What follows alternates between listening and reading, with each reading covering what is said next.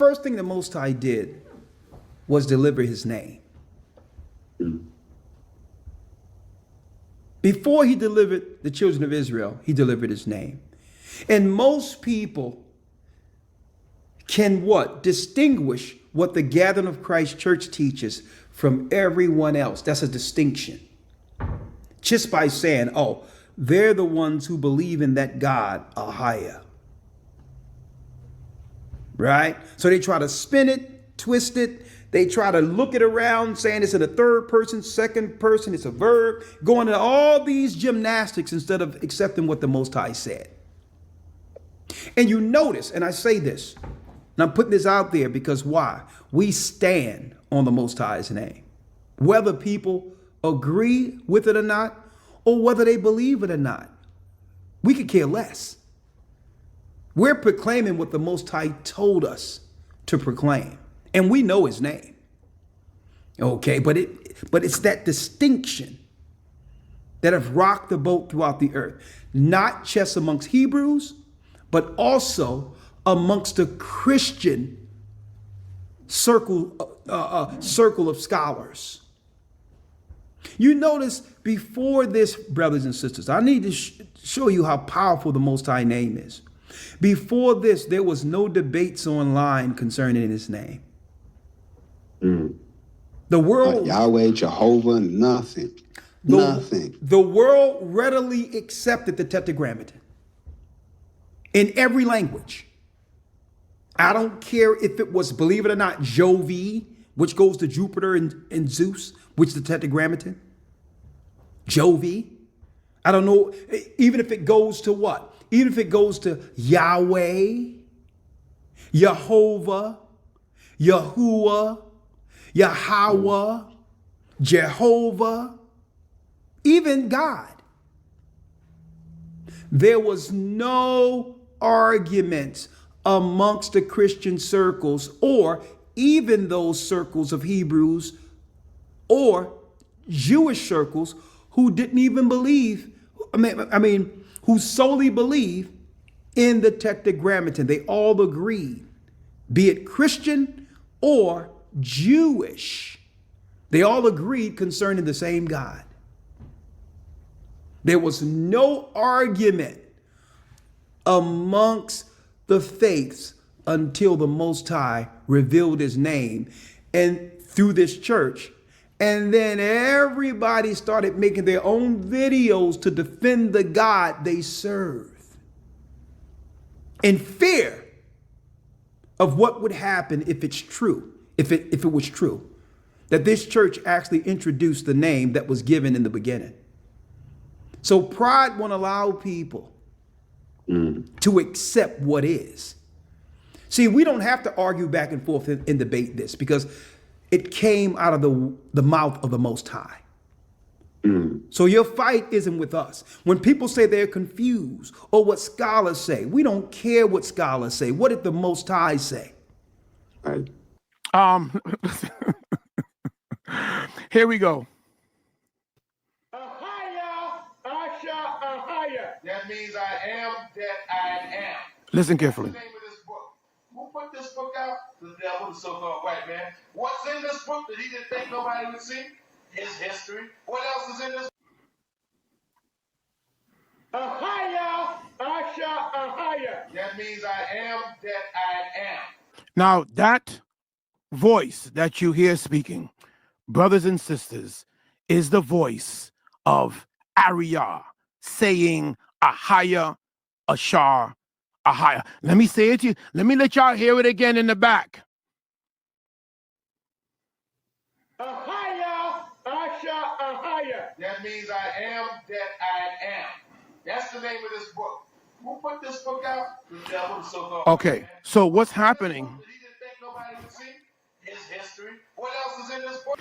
So it was a big lie that Ricard told you, brothers and sisters, that he had some revelation about Ahaya, Ashar, Ahaya. Ariyah taught that.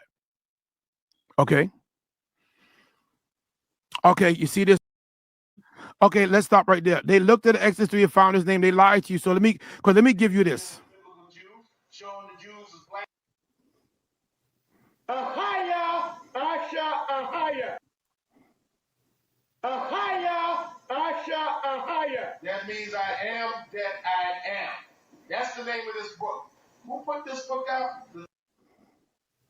Ahaya, Asha, Ahaya. That means I am that I am. This is a statement made by Ariyah, who was the principal teacher and breakdown person of One West. So Rawchaa lied to y'all. This is Ariyah using the term Ahaya, Asha, Ahaya. Okay? So he ain't got no revelation. Ahaya, Asha, Ahaya. So Rawchaa deceived y'all. You good? The Most High gave Moses the name. Then he gave Moses the law. Okay? So again, I'm putting this out there because so many people think that they're affecting us if they choose to believe something else or look into something else. Guess what? We're not here for that. We were here to convey the name. Whether people hear or forbear, that's your business. It's not a debate. It's not a point of friction. Serve the God you know. And we'll see at the end what was right and who was. So this is another rationale that cult leaders do. They'll hold on into something. He has an origin story. His origin story is God has chosen him to proclaim the name that he cannot prove, and it doesn't exist nowhere outside of his mind.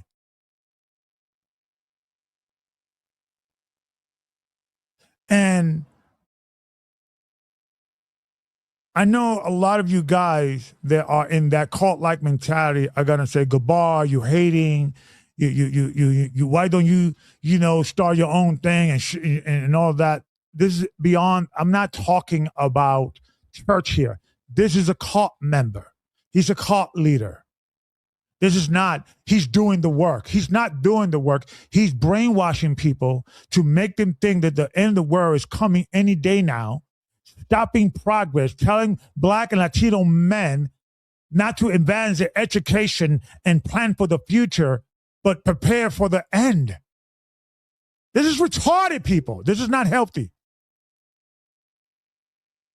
And I've been around these people all my life, even when I was in Christian church.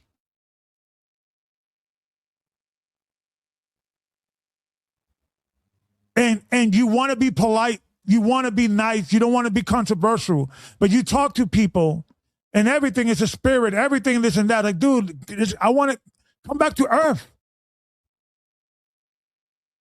Sometimes it's not an attack. Sometimes it's a real legitimate problem. You have to slow down and sit down and talk about it. There's too much blaming on Satan and an attack. Nah, dude. When another man takes another man's wife, that's adultery. That has nothing to do with spirit and all that. No, we have to fix that. When there's a sexual predator church and women feel uncomfortable, now that's not Satan trying to come in and disrupt. No, that's a real human experience we have to deal with.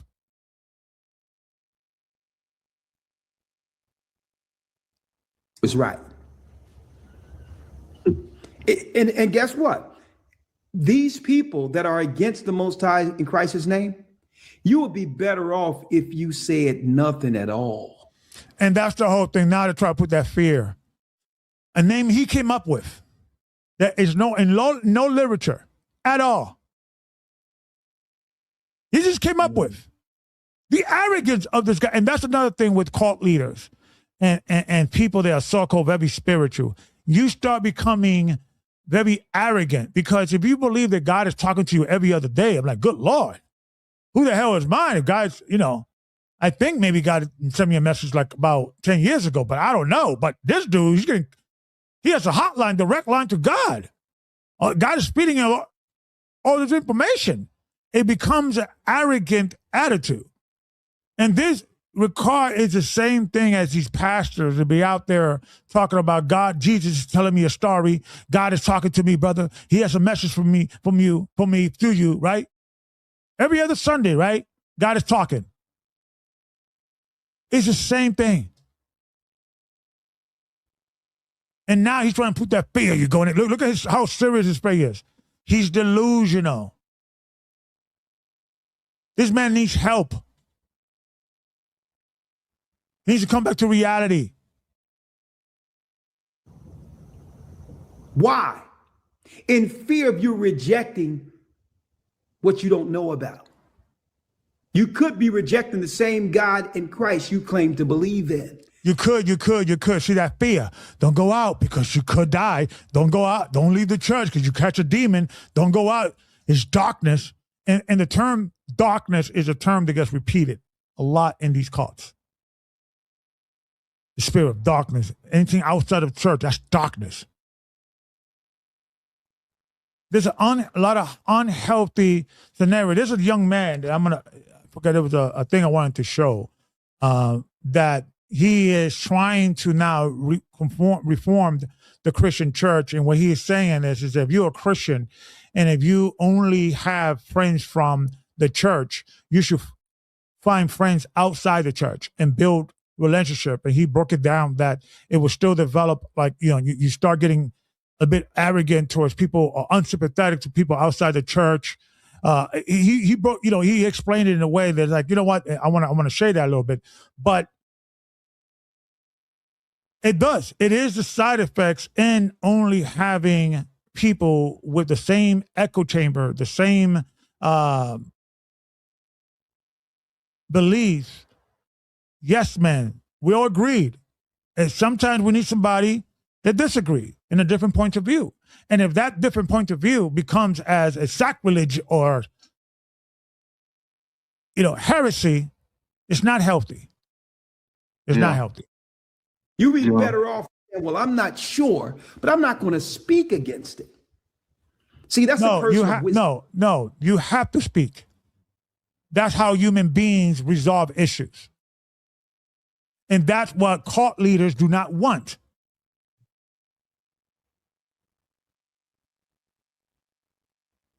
You have to push back on things that are truth does not need defense. The truth is the truth.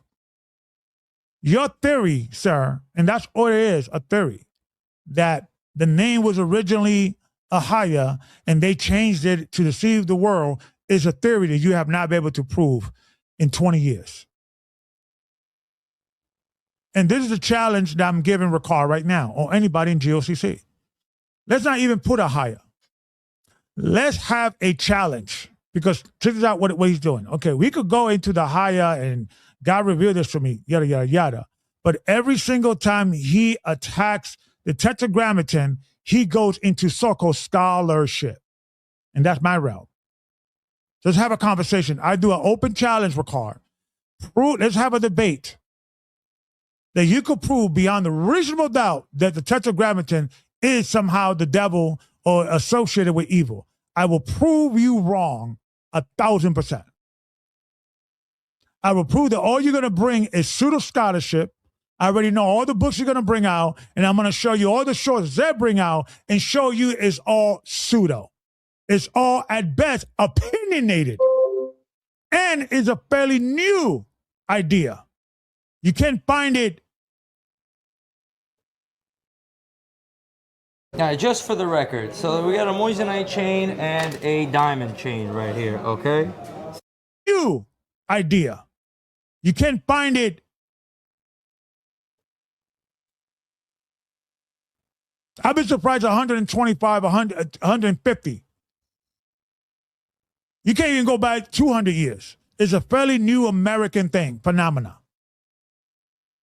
And see, what people need to understand that there's pseudo scholarship everywhere. Everywhere. Even in, the satanic world. That's a thing too. In their world, they mattered. I don't know how many people are in this Wiccan satanic religion or whatever, but it's probably a few thousand. Maybe 5,000 or 6,000 in America, right? And then when you combine people that are into the occults and different, philosophy, there's pseudoness in those communities as well.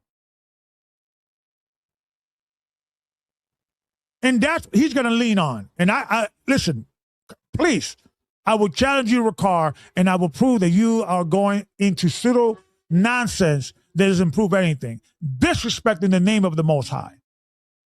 Because You are not coming up with, we think the name is Ahia, but we're not going to disrespect the Tetragrammaton. You have been disrespecting the Tetragrammaton. You've been disrespecting Yeshua. You've been disrespecting the literature. Talking about it's evil, satanic. Not, well, let's be careful just in case I'm wrong. You coming with authority as if you are right. And I'm challenging you on your so-called scholarship because you're pseudo.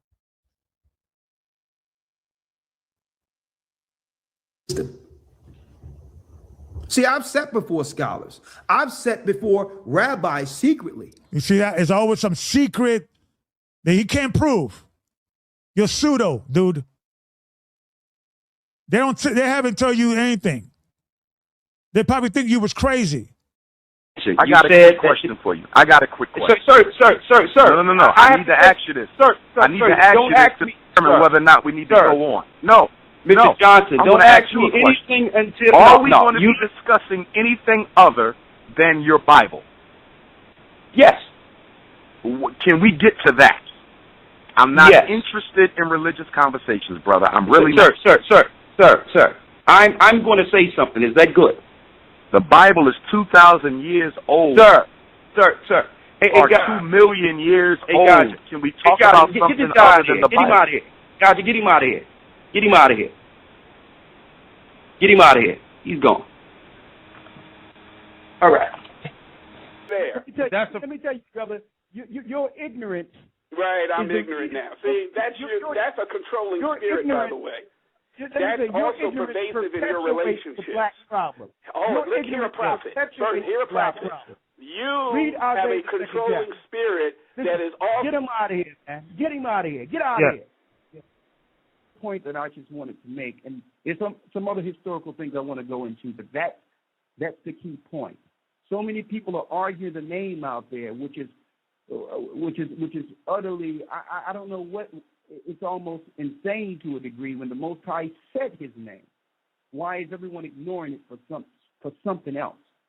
Because it would be blasphemy. The answer is it would be blasphemy. I am, can only be uttered by God himself, because it's the first person grammatically. I am. Can you give me that to God, to look at God and say I am would be to take the name to yourself because it's the first person. What you just read heaps a lot on a simple feature of grammar. To refer to God in the third person requires Yahweh. It's the same verb. It's the same word. It's just a switch in grammatical person so that the writer and the speaker does not claim I am, because he's not God. Only one being can say I am. And by the way, the only person in the New Testament that says I am is who? Jesus. Okay, only those two individuals can use and not commit blasphemy. Okay, why did nobody teach me that when you get a credit card, you're actually not supposed to spend the entire balance? When I got a card... And not commit blasphemy. Okay, that's point number one. And number two, because it's really based on grammar. Your first source, Makau, about the Pharisees injecting Yahweh into the text, that's completely bogus because the Dead Sea Scrolls predate the Pharisees as a sect, and the divine name in the Phoenician Hebrew characters occurs in the Dead Sea Scrolls.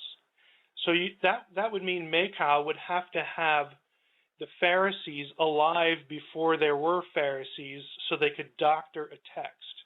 It makes no sense at all. Regard to Metatron, there were Kabbalists and Freemasons and a whole number of people who used the term Metatron in an occultic sort of way of the God of Israel, but they also used it of Jesus.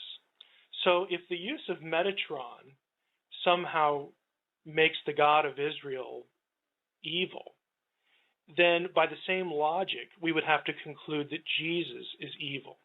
And he's not. These things come from different periods of time. These references that are in the sources that you just read. It's almost like the person who wrote them has no concept that what goes, which of these things goes before and after the other. The fact that a text exists that uses the term Metatron of the God of Israel in an evil occultic way does not mean that the bearer, the God of the Old Testament, or the name, Yahweh of the Old Testament should be considered evil, because it predates such a Metatron reference by literally thousands of years. I mean, it just, the connections really are not coherent in the sources. But I think the fundamental issue, again, is I would never pray, yeah, I am, because I'm not. All right, I am not the God of Israel. I'm no deity at all. Okay, and so this is why in the Bible you only see yeah when God is the speaker, because he has the right to say that. You see Yahweh, the third person grammatically, everywhere else when God is not the speaker. Again, it's grammar and it's a protection. It's honorific. It's honoring God. It's avoiding blasphemy is the point.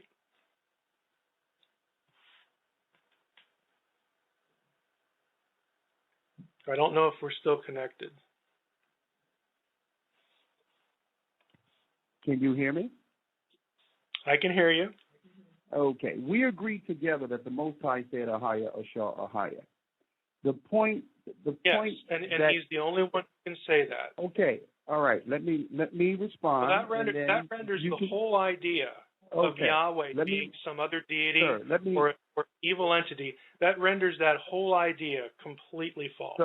Sir, I heard you clearly when you explained it the first time. The point that I'm trying to get you to understand that I need to know, according to scriptures.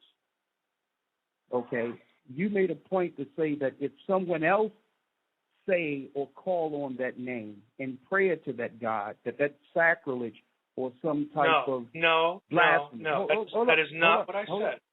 No, I'm not going to let you hold up. Someone claims because you're misquoting me. I didn't say pray. Make your statement I didn't again, say praying to that deity. Make your statement again, because you said it twice, that if someone says Ahaya, then it should have been clear. That's blasphemy. It should have been clear then. I don't know how you clear it up, and then I'll come back. Go ahead, clear it up. Okay.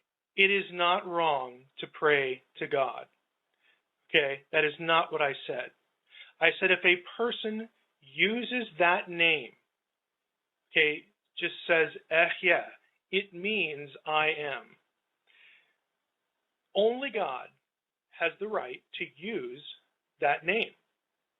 So this is why when we refer to God, when we speak to God, when the biblical writer talks about God, he doesn't use yeah, he uses Yahweh, okay, the third grammatical person, as opposed to the first person. Okay, that's all I said. I didn't say that you shouldn't pray to God or anything like that. It's a grammatical issue that is seen throughout the scriptures. No one can say I am except God. Whoa, a double blockbuster! Maybe I should just head home. No, please, I'll call you. Living with throughout the scriptures. No one can say I am except God and Jesus, of course. Okay. Well, this is the point that I'm glad, because it's the same thing. The bottom line is what I'm trying to ask you, sir, is where is it at in Scripture that says that if you say that name, it's blasphemy? Where's that in Scripture? There's no verse that says don't use the first person grammatically. It is a phenomenon. Okay, so where did you get that from? If you don't say it in Scripture, where did you get it from? Okay, let me finish the sentence. It is a phenomenon of the Scriptures themselves. It is just a fact that no speaker, other than God himself, uses yeah, uses the first person, because it's inappropriate. Only I can call myself Mike Heisen. Sir, when I'm asking you in specific and you answered that there's nothing that says that you can't use the name. Except the usage of the name in the Bible. So anything outside of that will be your own opinion or my own opinion or philosophy on why no one else have used the name.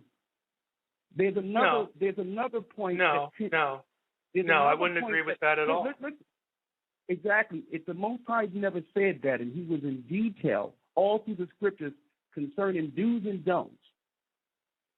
Of course, when it comes to his name, and if you were to use his name wrongfully, I'm sure that he would have gave us a law concerning that particular scenario.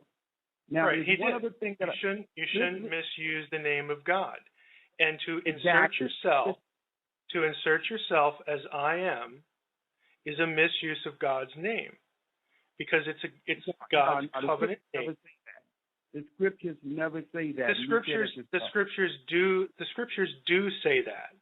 Okay, it's just that you don't have a verse. You're not hearing. Okay, you're not hearing me. You don't have a verse that outlines it, but the entirety of the entire Hebrew Bible resists anyone. And no biblical writer puts that term into the mouth of another character. The entire Hebrew Bible, I don't have just one verse for this. I have the whole Hebrew Bible for it. Just give me one. The entire Hebrew Bible avoids anyone speaking as though they were God, because they're not. Okay. That's philosophy. In Zechariah the 14th chapter. It's not philosophy. It's the entire Hebrew Bible. Listen, let me read Zechariah the 14th chapter, and you can tell me who's this, Ahaya or Yahweh here. Zechariah 14:9. This is the scripture. I'll read the scripture. And the Lord shall be king over all the earth. And in that day there shall be one Lord, and his name one. What's that? How many names I'm is not that, sure. Sir? I'm not sure what your question is. It's Deuteronomy 6. It's Deuteronomy 6 cast in Zechariah 14. The Lord our God is one. His name is one. Let me ask. You said you're not sure what the question. I'm going to ask you the question. Zechariah 14:9 says, "And the Lord shall be king over all the earth. Mm-hmm. And in that day shall there be one Lord, and his name one." Okay. So my question isn't it interesting that one name is Yahweh? Yeah, it's interesting.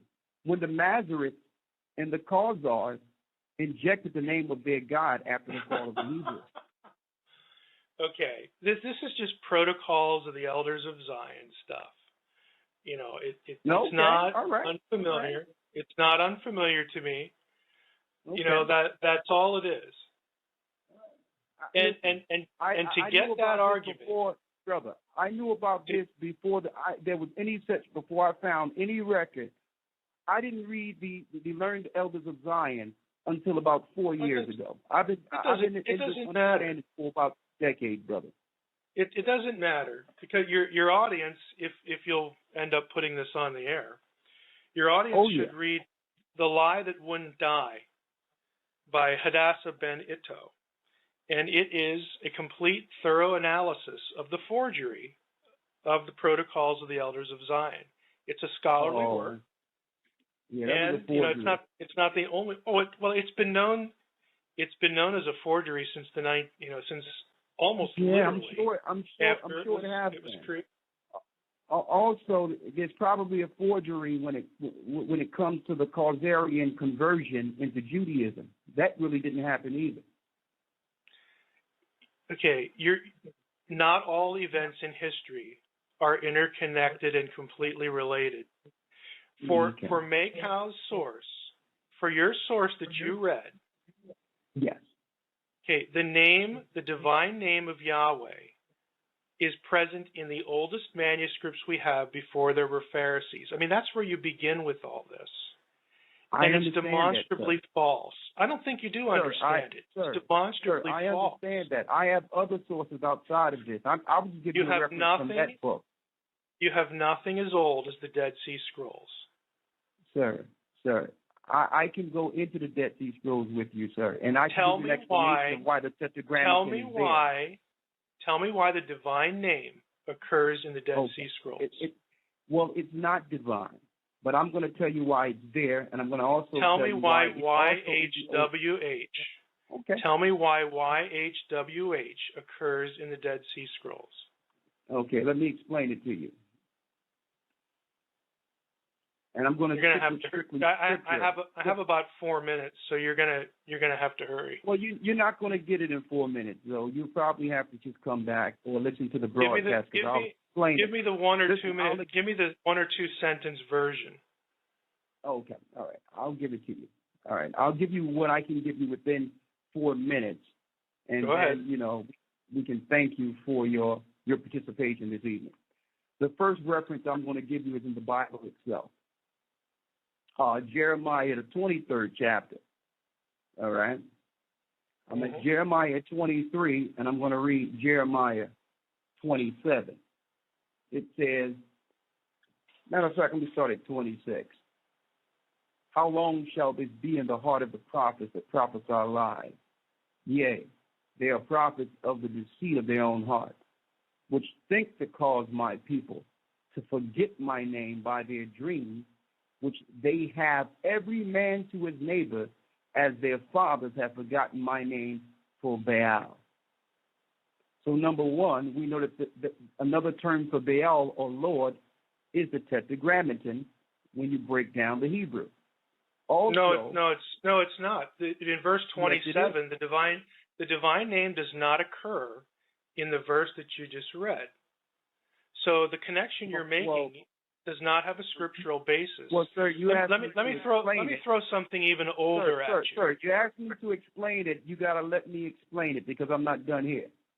Now, if you got 4 minutes, then I'm going to give it to you in a short term of 4 minutes. If you can listen throughout the whole answer to this, and then you can spare us a few more moments. I actually can't. Okay. There's one other thing that if you want to let your listeners at some actual data, the Dead Sea Scrolls are not the oldest reference to Yahweh as a name. Yahweh occurs in the Egyptian Shasu texts. Okay, again, places in the land of Canaan. Again, this is not what the protocols are trying to say. They can say, I mean, it's a free world. I mean, you can say what you want to say. That's one issue. But when they're trying to inject this idea into ancient material and say that the Pharisees came up with this, it's just demonstrably wrong. Even the Egyptian text. It was before the Pharisees, sir. Sir, it was before the Pharisees. When Antiochus Epiphanes went into Jerusalem and took down the people. The Shasu texts predate Antiochus. So it was way before the Dead Sea Scrolls that the Gentiles had their hands in the Hebrew record. Okay, I need to sign off. This is okay. Well, thanks for your time. You and thank you for coming. Thank you. Have a great evening. I'm not sure. I think you have a limited time with us tonight. Is that Michael? Yeah, I have until 3 or 3:15 my time, so basically an hour. Right. Okay. So at this point, then I'll hand it over to Elder Rawchaa for and I'll come in soon after. And let me correct something else. The Tetragrammaton is also a deception. Really? Okay, that wasn't the name that was given to Moses. The Tetragrammaton is a Zionist, Jewish, satanic, sorcerous deception to have everyone worship Satan. Really? Really. Even though it's right there in the Hebrew text we were just looking at. Exactly, because you have to realize the Masoretes, with their evil, took their hands and looked to ascribe their God in our records. And we're not going to throw out the baby with the bathwater. Wait, no. Wait. I just can't let that pass.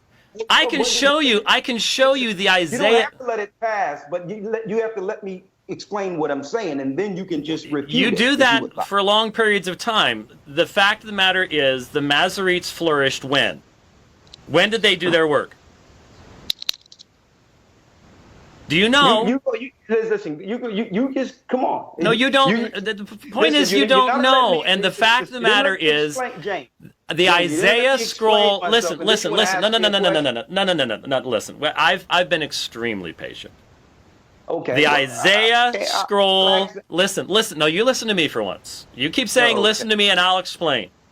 Okay. Right. Let me explain something to you. The Isaiah scroll from the Dead Sea Scrolls comes from 1,000 years before the Masoretic period, and it contains the Tetragrammaton. It can't have come from the Masoretes. That is a historically laughable assertion. I didn't say it came from the Masoretes. Yes, you did. No, I didn't. I said the Masoretes was behind the deception.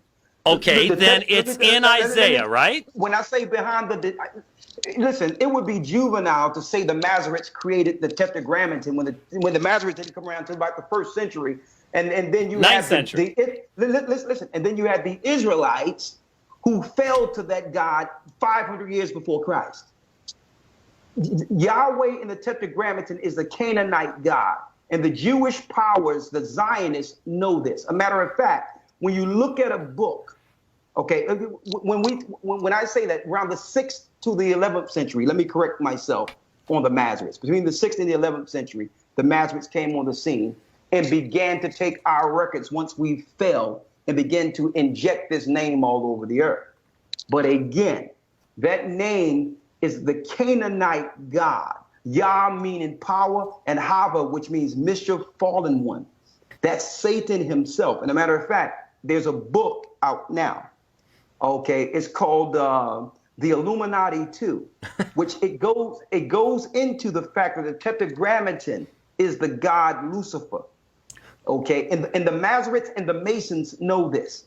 So that injection happened not only in Hebrew, and again. So wait. So you're telling me that when Isaiah 44:2 says, "Thus says Yahweh," that this is a corruption of the scriptures? Yes. And your evidence for this is a book about the Illuminati?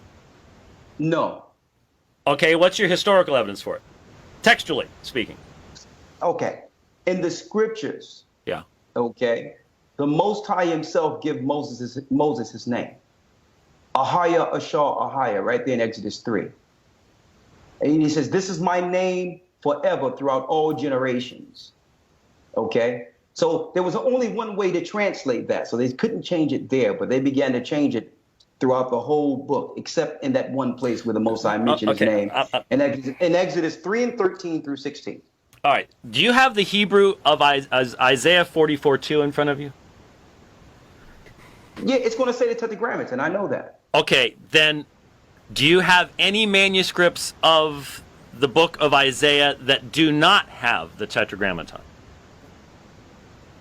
My whole King James Version Bible in the Old Testament is filled with the Tetragrammaton. I know that. So my point is, if you're going to assert that there has been a textual change in the biblical text itself, you can't simply assert it, you have to prove it.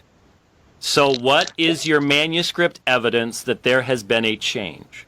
Okay, now, you're going to continue to ignore what I say and say I didn't prove anything. Okay. Are you? You seem to confuse assertion with proof. We obviously deal with things differently along these lines. When I debate Muslims and I make a claim about the Quran, I have to be able to back it up with the Quran itself. I can't just simply make an assertion. And you make assertions and think that by making assertions, you've proven something. You say that because a form of a Hebrew verb is used in Exodus 3, which is directly related to the same root of Yahweh in the rest of the Tanakh, that there's been some change made. And I go, excuse me, but we have entire manuscripts, we have manuscript traditions within the Hebrew manuscripts, we have the Aramaic Targums, we have the Greek Septuagint, and when variations like this take place, we can trace them to the various traditions that we have available to us in the manuscript tradition. And I'm simply saying to you, if you're going to make an assertion, you got to back it up with something that is actually substantiatable from a scholarly perspective.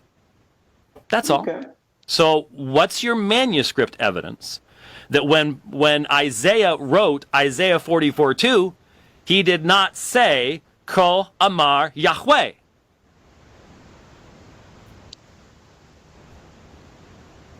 Let me show you something here. I think that you have Skype up, don't you? I can see you. Okay, great. I'm going to send you something. I'm going to pull it up on Skype. And you describe what you see. And this is from a satanic temple that I'm sending you, okay? A satanic temple from when? Date on this, please. This is a modern, matter of fact, this is early 1900. Okay, and how is this relevant to Isaiah 2,700 years ago? Okay, so we're just going to run around in circles here. This is what I'm asserting, okay? I'm asserting that the Old Testament was tainted by the Masoretes. Okay, the so-called Jewish scholars, to promote their name in the Hebrew records, that there's history that proves that Yahweh predates the time that the Israelites went into Egypt. Okay, Yahweh is a Canaanite God. It's not the God of Abraham, Isaac, and Jacob. Okay, now let me get and to prove that.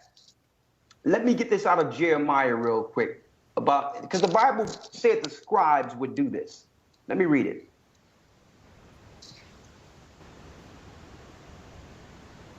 In Jeremiah 8:8, it tells you, how do you say we are wise and the law of the Lord is with us? Lo, certainly in vain made he it. The pen of the scribes is in vain. So we knew that the scribes would do things evil in our records. And guess what? It didn't stop the Most High from revealing his name, which is Ahaya, Ahaya, and his son Yeshaya. To be exalted throughout the four corners of the earth before the return of our Savior. All right, so I earlier pointed out that the Masoretes flourished around the 9th century after Christ. Yeah, between the 16th and 11th century, yes. We have the Isaiah scroll from the Dead Sea Scrolls from 100 years before Christ. Long before the Masoretes were around. Yeah. And that scroll then could not have been altered by the Masoretes, right? Because it was buried in the desert. That is absolutely correct. And so it says Yahweh. It has the Tetragrammaton all the way through it. So what you just said about the Masoretes doing this couldn't have resulted in the corruption of the scriptures. No, what I'm trying to explain to you is, the Masoretes injected the information that they could control going forward. Into what? We're not, listen to me clearly. I'm trying to. I'm just asking. You said they injected. Into what? I'm not sure what you mean by that. Into our modern day publications. Let me make this clear, Again, even Hebrews went off. Our people went off in the Old Testament and began to scribe to the fallen God. And that's why it tells us in Hosea, the 2nd chapter, in the 16th verse, and it shall be at that day, saith the Most High, that thou shalt call me Ishi, and shall call me no more Baali. When you look at that word Baali, that derives, in your strong concordance, you can go there from the word Jehovah or the Tetragrammaton. So we began to scribe that name in records back then. The Masoretes just continued it. Bailey? Wait. Bailey is from Baal, sir. That's from Baal. Sir, you think I don't know Baal? Bailey is from Baal? You just said it was from the Tetragrammaton. Sir, this is what you need to do, okay? Go, you have your strong concordance in Sir, I don't use Strong's Concordance. I teach Hebrew. Listen, sir, listen. Okay, well, I'm going to read this for those who can hear it, okay? Bailey. Hebrew 1180 in the Strongs, okay? From 1167 with pronominal suffix, my master Bailey, a symbolical name of Jehovah, Bailey. Symbolical name where? See, I'm sorry. Strong's Exhaustive Concordance is not an inspired source. It's very dated, and I'm sorry, but anyone who's dependent upon that is going to stumble many, many times.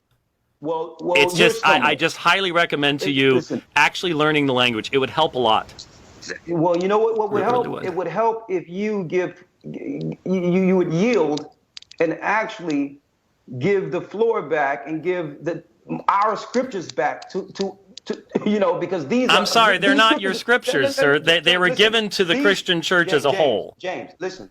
These scriptures were given through inspiration of our prophets. These are our forefathers, my forefathers. That's your assertion. So that's my assertion. And guess what? You have no authority to tell me what's in this book. Well, let me just ask one last thing here, and I think we've pretty wrapped this up pretty well. So listen to a little bit of Mr. Lawyer. And Lawyer, dude, listen, you don't know what you're talking about. I love you, bro. You don't know what you're talking about. You are making black people stupid. You're continuing this stupid idea from One West and think that you are bringing a point when you're not. Now, believe it or not, there are other references, other places where Ahaya can be found. Okay. So you hear what he said. So they know, right? I don't know if you guys have seen that the name Ahaya has existed in other places in the Bible. I think I brought it out a few months back, a few weeks back. Let me see if I can find it here. I'm looking for it. Yeah, I got so many slides. It's insane. Where are you? Okay, here we go. So they know. And this is where the pride comes before the fall. They know.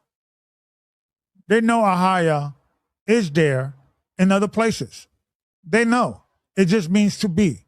I will be, I will be, I will be, I will be, I will be, I will be. They know.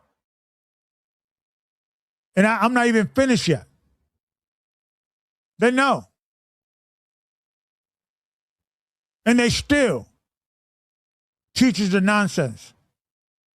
In the academia, this is not a discovery because Hebrew is not like the Hebrew, that English language. He asked him for his name. Listen, man, the more I learn Hebrew is more like poetry. It flows differently from the English language.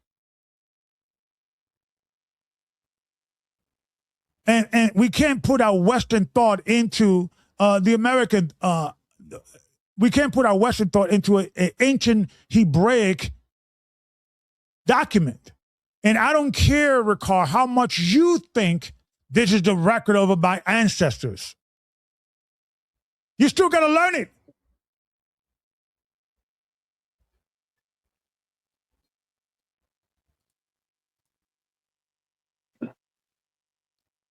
Okay. There are other places. If we have time, we'll show those as well. But for the sake of time, we are going to go on to the next. And see how they treat it as if it's not a big deal. No, it is a big deal, Lawyer. Why are you saying, why is that God's name? Why does it appears in several other places if it's God's name? Lending to the theory, to the idea that that's not God's name. the evidence that that's not God's name. And this is the thing I know, that these guys are hiding this because they did not explain this back in 2009 when I was talking to them. I didn't know this until like, real talk, like 9 to 10 years into the church. I didn't know this.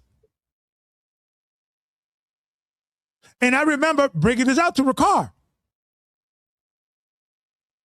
Hey, Ricard, I just want you to know this is out there. I don't know. You may have to bring an answer to this. And I just dumped it. Okay, no problem, Gabar. Yeah, we got it.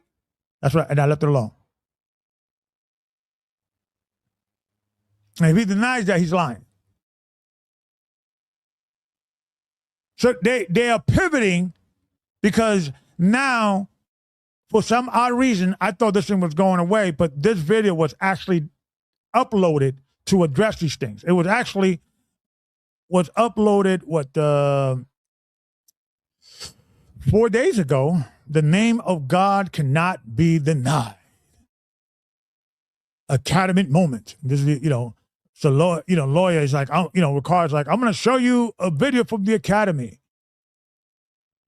And trying to impress people because he knows this is impressive to you guys. Like, oh, look, because he knows you guys don't know Hebrew. This is all like look like German to you. It looks exotic to you.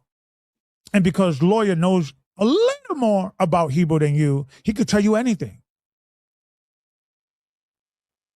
They double down on the delusion. That's what he's doing. You have people seeking to defend their doctrine. And that's the true issue they have with this church. They will try to claim it's the name, it's this and that. Nah, they don't want to accept the truth is here because then guess what? They have to question their own walk. All this, the truth is here. They don't want to deny that the truth. What this is about the name. So it's never about the subject matter. You notice that? It's always something else. It's some spiritual thing. It's never what's addressed. It's always something else. That's a delusion. And that's how they keep you in that spirit. Yeah, you're right. Maybe you're right. It's a spirit. Yeah, Gabar was always, I think he was always jealous of Gocc. And that's what it is. Yeah. It's never the issue. Dude, can you prove that God's name is Ahia? Yes or no? I think that's important. No, that's not the reason, brother. You got a spirit in you.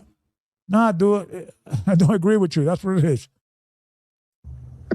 Okay. And guess what? Ignorance will not be an excuse down the line. Well, I was doing what I thought was right. Well, guess what? No. That's on him. I'm not on the side of ignorance because I'm staying true to the text. You have to go out the norm. You have to explain this. I don't have to explain nothing. I'm safe. I'm with the literature. I'm with the scriptures. You're somewhere else. So if there's anybody dealing with ignorance, dude, you are. You're taking the risk. But I want Shapat to speak because it's going to speak. I don't know if I went too far. I think I did. Hold on. Let me see this. So your fight isn't with us. Now comes Mayelder. Okay. Go back to the vomit. Go back to the darkness that you believed was your light. Instead of arguing what the Most High had presented. And if I may, Elder. What he's claiming the Most High has presented. That's the arrogancy. So you gotta catch him. You gotta stop and say, no. You're claiming this. You gotta put him in the corner. So no. You can't just establish something. And that's what a lot of these dudes do, like even Captain Tazaria. They just establish certain they just say something is true, so then it's true. Just because it said it. Like, dude, what's your source? It's the same delusion of all these one Westers do the same thing. But I want you to listen to Shapat. I believe, I could be wrong, but I believe it's not just his name. It goes hand in hand with Christ's doctrine too. And what I mean by that, like you're mentioning the pride stopping people from accepting the name. If they were to accept the name, now comes humility. Now comes, other. First of all, Shapat, I accepted the name for 15 years. Until Gaja, your boy, was running around sexually abusing women. and I was exposing it. Okay, so don't try to act that now is the opposite is true. If you're going to say that the reason why I have a problem with the name is because it comes with a doctrine that I don't believe, and that's really is a problem. It always goes back to deflecting. What doctrine did I not disagree with? What was and just because you disagree with a doctrine doesn't mean that Satan is taking you away. You just don't know how to explain the Bible. Okay, could that be the problem as well? Maybe you're wrong. We got to throw that as a possibility.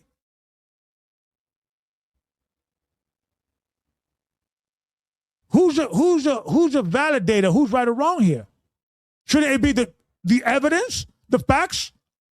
What do we have available? Or is what Carr says, right? And we got somebody coming in. I'm going to bring you in a few minutes. Doctrinal things as well that they would have to do, but they don't follow those things. Hence the pushback, hence the pride, hence the lack of mercy. You know what I'm saying?